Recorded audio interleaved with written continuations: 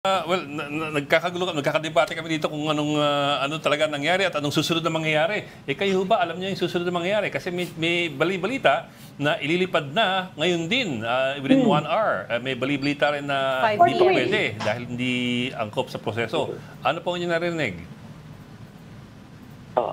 Hindi naman po tayo privy sa mga operational details. Pero logically, hindi po advantageous sa campus administration, dito sa ating lipunan na manatili dito si Duterte kasi magiging cause ng political instability at marami pang pwedeng magawa yan siya na mga legal remedies para ma-explain na itong predicament niya ngayon. Kaya ang pinakang magandang senaryo para po sa lahat ay mailipad siya diretso sa dahig para masimulan na yung kanyang paglilitis. Pero sir, wouldn't that go against the presidential decree on extradition? Because the existing law requires that all extradition cases be approved first by an RTC and be subject to appeal.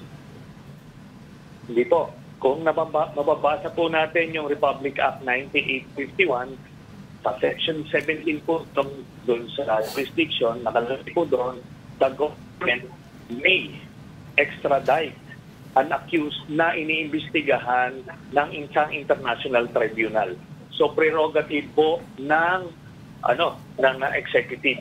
Wala akong sinasabing the courts o lang ganon. Ang pinakang magpipigil lang po dapat sa mga ganyan situation kung meron pong ibang kaso na nililitis ngayon sa korte, itong si Duterte.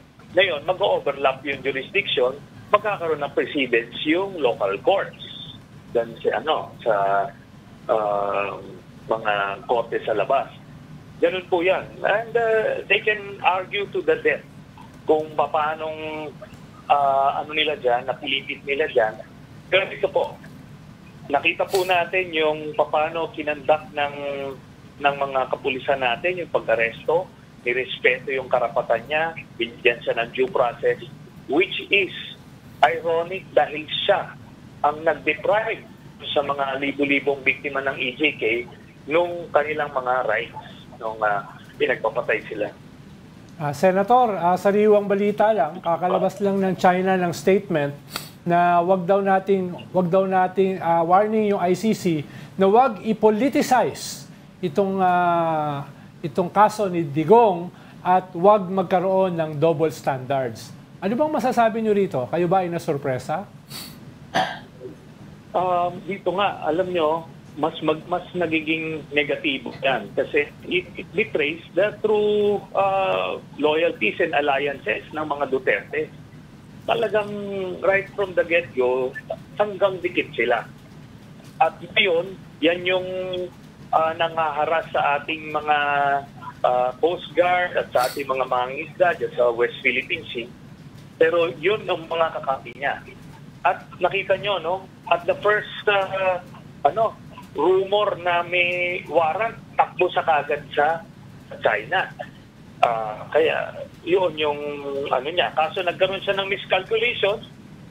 Nung akala niya fake news yung rumor, nahuli siya ngayon sa bita. Senator, may balita ba kayo kung kailan lalabas yung iba pang mga warrant? Para sa marami naman tayo nabanggit ng personality, yung first 4 lang, apart from former President Duterte. Halimbawa kay Senator Bato de la Rosa, kay Oscar Albayalde, may balita ba kayo kung kailan kaya yon? Kasi mukhang secret tong yung under the new scheme na ginagamit nila. Sinisikreto, hindi ginagawang confidential yung mga pag-arrest, yung mga pag-issue ng order. Okay, ito po, tatapatin ko po kayo.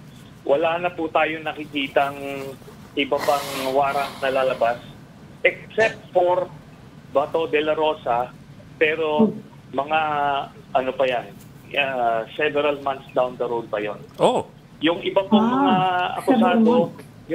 mga akusado, gilitisin na lang dito sa atin using yung RA 9851 yung the law that defined yung Yes. crimes against humanity, genocide, and others. Why is it going to take that much longer, Senator? Kasi last year when we spoke to you, sabi mo dapat ito yung 5 personalities. Yung iba pala is former CIDG Chief Romeo Karamat Jr. and former PNP Chief Edilberto Leonardo and also Eleazar Mata. Ito yung 5 names na binigay mo na last year na sabi mo dapat yung warrant should cover all 5 personalities. Ano pong nangyari at na-split and bakit mas matagal pa yung iba? Dagdag sa tanong ni Reg, Senator, may possibility ba na itong bahagi nitong 5 ay tetestigo laban sa principal na si Digong or si Bato? So yun po, no, without compromising the identities. Kaya po yung nawala na, combination po ito na yung iba magtestigo na lang laban kay Duterte or lilitisin na lang po dito using RA 9851. Kaya yan po. At marami rin po tayong makakalap na ebidensya na galing din po sa ICC para malitis po yung mga mas mababa ang rango. Senator, yung decision na yan ba, na-influensyahan ba yan ng findings ng Quadcom? Kasi yung tatlong iba pa, apart from Digong and Senator Bato, mga nabanggit lahat yan doon sa during the investigation by the Quadcom on the drug war. Na-influensyahan ba yun? Most likely po, most likely. So gagamitin yung ebidensya ng Quadcom sa local prosecution kasi yun, naumpisahan na rin yun eh. Parang preliminary pa lang naman. Pero hindi pa nga pinapile yung kaso, so pwede pang sabihin na pwede pa magka-jurisdiction ng korte, ng ICC. Pero in the meantime, sabi nyo nga, dito na lang sa local. Opo. Mas maganda na, kasi marami hong mga subordinate officers na equally guilty, pero hindi yun ang focus ng ICC. Yung focus nila yung mga mastermind.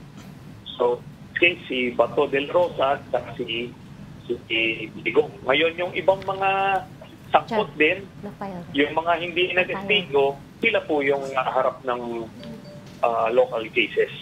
Pero ibigyan po tayo ng mga ebidensya ng ICC kasi ano po yan, mas way ahead sila sa evidence.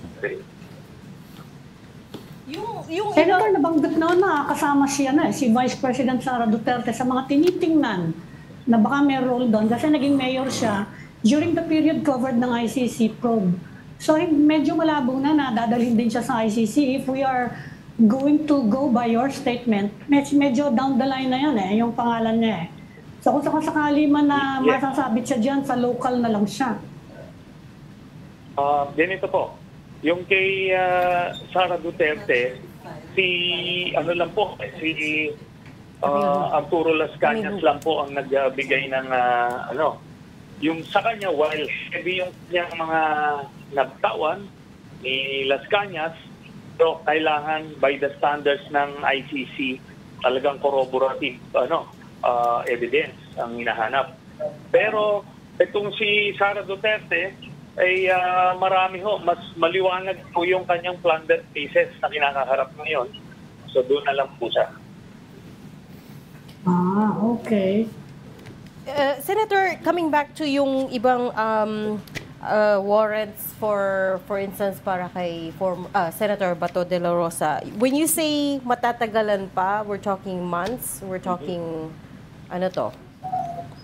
Probably mga isang taon pa yan. Ha? Ganun katagal siya? Wow.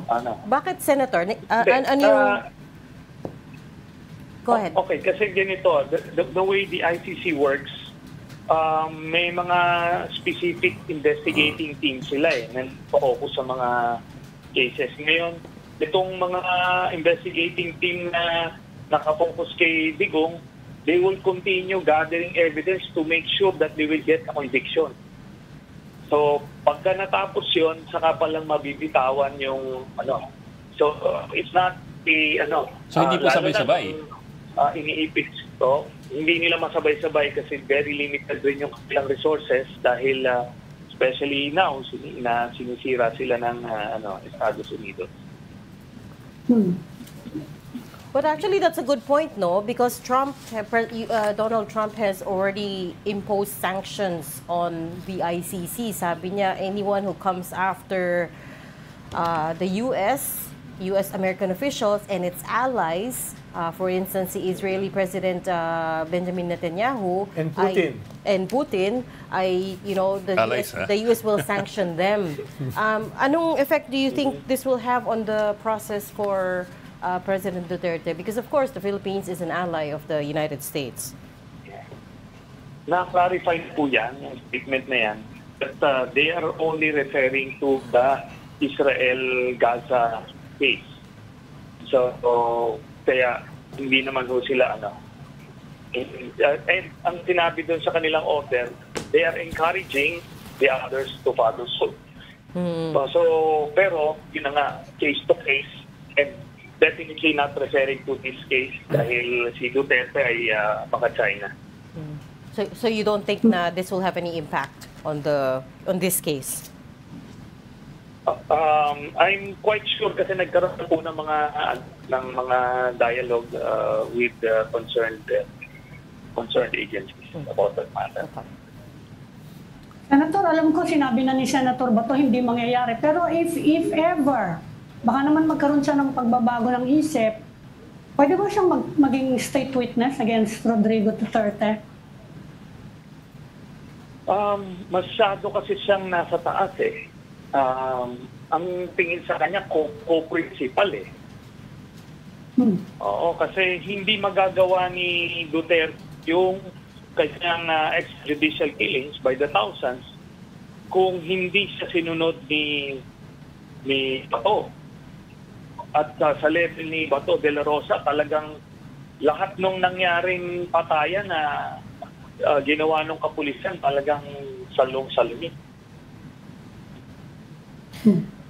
Speaking of Senator Bato, meron na tayong, we just got a document, mukhang nag-file na nga. Hindi ko po sure if this has been filed, but nevertheless, the document has been prepared.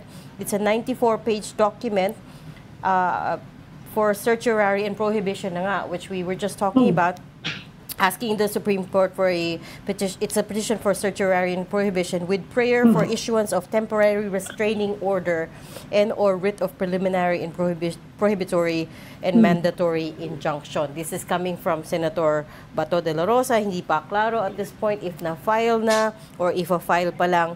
Pero it comes back to what he said That's Bato's, last week. Oo. That's Bato's petition? Oo. Certiorari and mukhang prohibition. tama yan, mukhang yan ang gagawin niya. Okay, pero ito yung... I-invalidate niya yung i-invalidate niya yung desisyon ng gobyerno to cooperate with the Interpol. Yan yung certiorari. Invalidate, Okay, and in the pero meantime, ito kasi TRO yung- na hindi ituloy. Senator Trillanes, go ahead. Apo. Yes, ma'am. Ito po, they can try ito mga legal remedies ito. Pero yun na ang dito, yung that's the idea, yung irony na sila, nakapwesto sila, meron silang poder, ginamit nila to kill their own citizens. Walang mga legal ganyan yung mga may hirap na pinagpapalala nila. Ngayon sila rin ng akabyado, kumagtapos sila dun sa batas na disregard nila. Ganun. Yan po yung nakakagaling pa ho dito. They have power, may stature sila, may mga ganyang luxury sila which the poor Filipinos never had, yung mga pinagpapatay nila. Pinapasok mo nila sa bahay. Imagine this. So, yung mga po natin, lalo na sa mga nasa depressed areas, sinisipa nila yung bahay. Tapos, nila kung sino yung target. Kung wala yung target, palit ulo, papatayin nila. Tapos, people will claim a reward money. Ganun po pinagagawa niya nila Bato. And right now, siguro, baka masyado ng nakalimutan na siguro ng mga kababayan nating nangyari na yon at baka maawa sila ngayon kay Duterte dahil may edad na at parang mabagal na gumalaw. Pero when they were in power back in 2016 to at least 2019, these people were monsters. Grabe yan. Talagang tinakot po nila yung mga taong bayan, pinagpapatay nila na silence nila iba't ibang sectors of society, civil society, media, church, pati yung mga national politicians, different organs of government. Kinontrol nila. So these people are the monsters na ngayon ay nagmamakaawa. Well, sir. Diba? Yes, sir. Monsters din ngayon, may parang ano. Yes, sir. Yun po. Pero sir, yun nga, if you go with the rule of law, talaga naman shortcuts should not be condoned. And in the end, the stated end at least will never justify the means. Pero sir, wouldn't government also be doing the same thing if it skirts the extradition law? I understand that they also want to diffuse the situation politically and render everything moot and academic by I suppose, spiriting him out of the country immediately. Pero still, there's an existing law on that. Kasi sir, I also looked up yung RA 9851, the one that you were citing kanina. That's in reference to criminal cases filed here in the Philippines with regard to crimes against humanity and genocide and all that. And I think that the reference there that you made dun sa extradition is in reference to charges filed here, not charges filed in, for example, the ICC. No, nakalagay po doon sa second paragraph ng Section 17. Yes, sir. Nakalagay doon, kapag merong akusado na inimbestigahan na ng isang international tribunal, it's that Yes, sir. specific. Yes, sir. Ay, pwede natin i-surrender sa kanila. Yes, sir. And ito yan, sabi ko, that's a illegal opinion. Some lawyers will say it's illegal. Some Yes, sir. I understand, sir. Will say covered. Ngayon, ganito po, no? Nag-ruling na yung Supreme Court na during the time na member pa tayo, may jurisdiction yung ICC over us. So, yun. Di ba? Anong nakalagay dun sa Rome Statute? We have residual obligations. Pwede natin silang turnover. Yes, sir. So, what changed? Wala naman ho nagbago. Kaya nga sabi ko yung mga legal opinion, you know how lawyers are. They can make They can argue until hell freezes over. But, pero dito, what is right is right. Papanagot siya sa mga ginawa niya. Tapos po, ang isa maganda rito sa nangyari. Bukod sa ito ang unang hakbang tungo sa hustisya ng mga namatayan, ito po ay magiging palatandaan na hindi siya pwedeng pamarisa na nung kung sino na ng mga na-inspire niya ng mga politiko na gagawin nila yung ginawa ni Digong. Ngayon, you try doing that at mananagot ka. Yun po, di ba? That's it. Kaya ito rin ang itatanong ko kasi I think up to now they are unapologetic about what they have done. Ano? Hanggang ngayon yun ang sinasabi ni President Duterte, I did what I had to do for my country. At nakikita naman natin yung reaction ng mga loyalist nila. Gusto ko rin sila. Sa tingin nyo talaga magkakaroon ng sea change because of what is happening dito. Meron tayong ganyang dito, kultura na gustong-gusto yung kill promise niya. Pero ito po yan. Tama, meron po siyang cult following. Pero for sure, hindi po nadagdagan yan because of what happened. Mababawasan po yan in time. Pero ito po, no?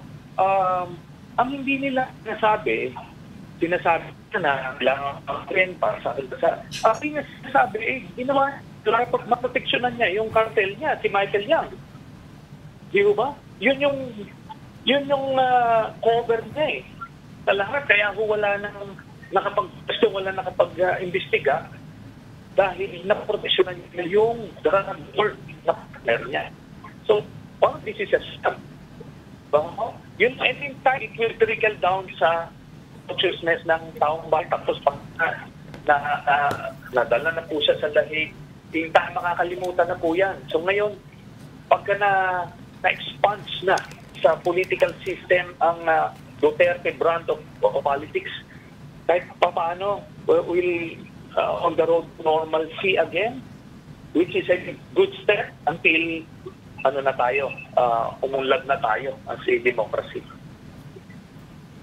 Anong pakiramdam nyo, Senator, pag si Digong at yung kanyang mga kasama ay nag-i-invoke ng violation ng kanilang human rights?